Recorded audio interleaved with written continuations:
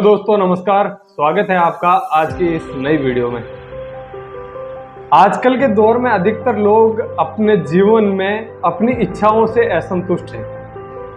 मैं ही गरीब क्यों हूँ, मैं ही दूसरों से कमजोर क्यों हूँ। उन्हें अपने आप में दूसरों के मुकाबले कमी लगती है। उन्हें अपनी स्थिति का कारण खुद ही ठहराते हैं। आज की इस कहानी में इन सभी सवालों के संपूर्ण जवाब है जो इस कहानी में मिल जाएगा। आप अपने जीवन से संतुष्ट भी महसूस करेंगे, ऐसी उम्मीद मैं करता हूँ कि ये कहानी सुनने के बाद। बहुत समय पहले की बात है, एक गांव में धर्म उपदेश देने के लिए लगे हुए शिविर में भगवान गौतम बुद्ध पहुँचे।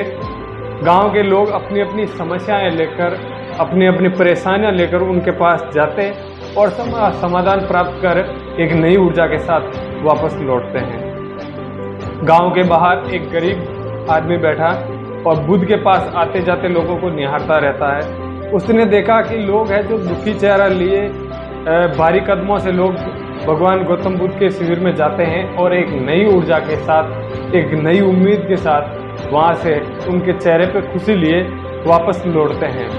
उस गरीब ने सोचा क्यों ना मैं भी है जो महाराज गौतम बुद्ध के पास, महाराज जी के पास जाऊं और अपनी समस्या का समाधान लेकर आऊं। क्यों ना मेरे को भी है जो समस्या का समाधान मिल जाए।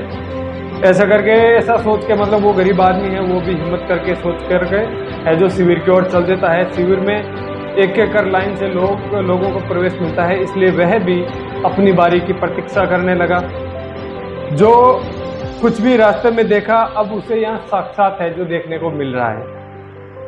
लोग एक एक करके अपनी समस्याएं बता रहे हैं। भगवान गौतम बुद्ध चुपचाप शांति से उनकी समस्याएं सुनते हैं और उनका संतोष पूर्वक है उनको है जो जवाब देते हैं। और लोग है जो खुशी से वहां से वापस लौट रहे होते हैं। अब उसकी भी बारी आ गई। तो उसने जाके भगवान गौतम बुद्ध से जो प्रणाम किया। प्रणाम करके बोला, महाराज जी, भगवान जी, मैं ही गरीब क्यों हूं।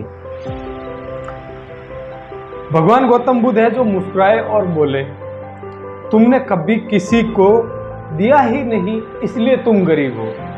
क्या बोला कि कभी तुमने किसी को भी कुछ दिया ही नहीं हो इसलिए तुम गरीब हो।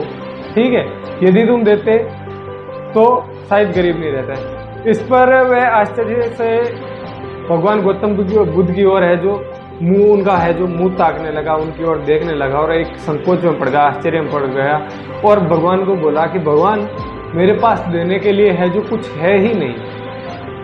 बड़ी मुश्किल से है जो मेरा गुजारा हो पाता है।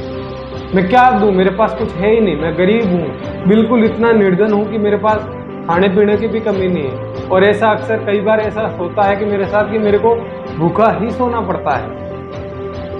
मैं इतना गरीब हूँ महाराज जी। तो भगवान गौतम बुद्ध शांत भाव से बोले कि तुम्हारे पास एक चेहरा है, तुम्हारे पास एक चेहरा है जो किसी को भी अपनी मुस्कुराहट दे सकते हो, किसी को अपनी स्माइल दे सकते हो। ठीक है, तुम्हारे पास मुंह है जो उससे किसी को भी एक प्रशंसा पूर्वक है जो शब्द कह सकते हो, किसी की प्रशंसा कर सकते हो, किसी से हंस के दो बात कर सकते हो। ठीक है, दो हाथ भी है तुम्हारे पास जिससे तुम किसी की भी मदद भी कर सकते हो। किसी भी जरूरतमंद की है जो तुम मदद कर सकते हो, तुम हेल्प कर सकते हो, किसी के काम में हाथ बटा सकते हो।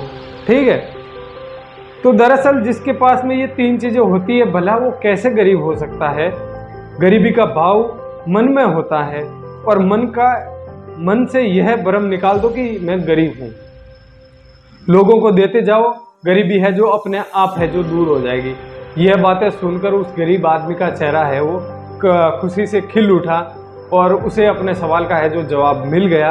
अब उसके मन से गरीबी का भाव था, जो गरीबी का भ्रम था, वो मन से दूर हो गया।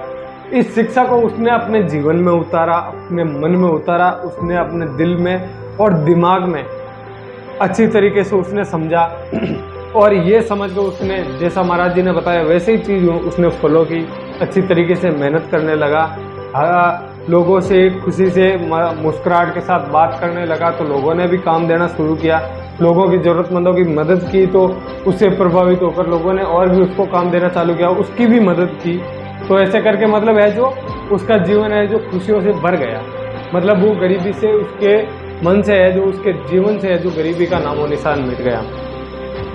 ठीक है दोस्तों, तो जीवन में सीख यह है कि लोग मंदिर में जाते हैं, कुछ न कुछ मांगते रहते हैं और जीवन भर घुट घुट कर रो रो कर समय बिता देते हैं और वे ईश्वर की कृपाओं को नहीं समझते हैं, जीवन की महत्वता को कभी जाना ही नहीं। इस पर कबीरदास जी ने कहा है कि सबके पल्ले लाल है सभी साहूकार, सबके पल्ले लाल है सभी साहूकार, गांठ खोल पर का नहीं या विधि रहा कंगाल। इसका मतलब यह है कि सभी के पास ज्ञान है जो कि ईश्वर की एक अनमोल देन है, जिससे हम कभी जानने की कोशिश ही नहीं की, इसलिए हम सुख का आनंद है जो नहीं ले पाते हैं। दोस्तों, मनुष्य जीवन एक अनमोल अवसर है और विधाता की असीम कृपा का एक तोहफा है। हमारा पहला कर्तव्य होता है कि हम परम परमेश्वर की इनायतों को समझें, उनकी कृपा को समझें, उनके आशीर्वाद को समझें, ईश्वर की कृपा को जानने की कोशिश करें। और इसका सबसे आसान तरीका है खुद को समझना।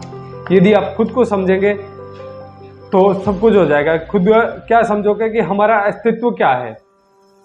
सबसे पहली बात यह है कि आप खुद क्या समझोगे कि मेरा, सबसे पहले यह है कि मेरा अस्तित्व क्या है, दूसरा मेरा लक्ष्य क्या है, तीसरा मेरे कर्म क्या है, मैं क्या कर्म कर रहा हूँ, बाकी सब जो भी है।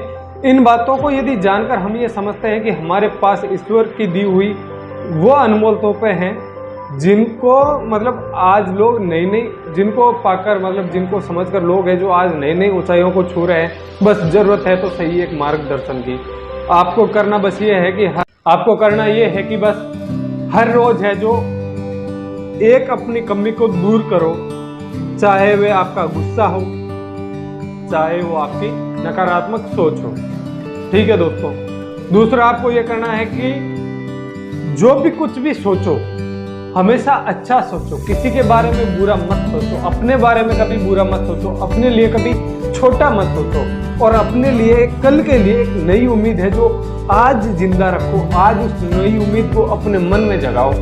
और चौथा यह है कि अगर कुछ करने का आपने सोचा है, अगर आपने कुछ करने का यदि सोचा है तो तब तक उसके पीछे लगे रहो जब तक है कि वो काम आपका पूरा नहीं हो जाता। दूसरी भाषा में मैं कहूँ, दूसरे शब्दों में कहूँ कि यदि आपने एक अपना जो है लक्ष्य बनाया है कि मेरे को ये करना, वो आप तब तक उसके पीछे लगे रहो जब तक है जो आपको वो हासिल नहीं हो जाता, तब तक आप उस काम को मतलब पूरा नहीं कर लेते, तब तक है जो आप उस चीज में लगे रहो। ठीक है दोस्तों, तो ये है आज की एक छोटी सी कहानी महात्मा गौतम बुद्ध की। कैसी लगी है छोटी सी कहानी मेरी, आप कमेंट करके बताओ। और कोई भी वीडियो, कोई भी पार्ट मेरा कहानी का अच्छा लगा आपको तो इस वीडियो को अपने दोस्तों के साथ शेयर करो, इस कहानी को तुम शेयर करो और चैनल को सब्सक्राइब करना तो आपका बनता ही है, आपके छोटे भाई का चैनल है। वो जो काला वाला बटन है उस पर चाहे मुक्का मारो, चाहे उस पर कहानी फेंक के मारो, चाहे उसकी कविता पढ़ो पर क्लिक कर देना बस। चलो आज के लिए बस इतना ही। मैं मिलता हूँ किसी अगली वीडियो में, तब तक के लिए जय हिंद, जय भारत। और हाँ, हमेशा की तरह कर दिखाओ कुछ ऐसा कि हर कोई भी करना चाहे आपके जैसा। बाय।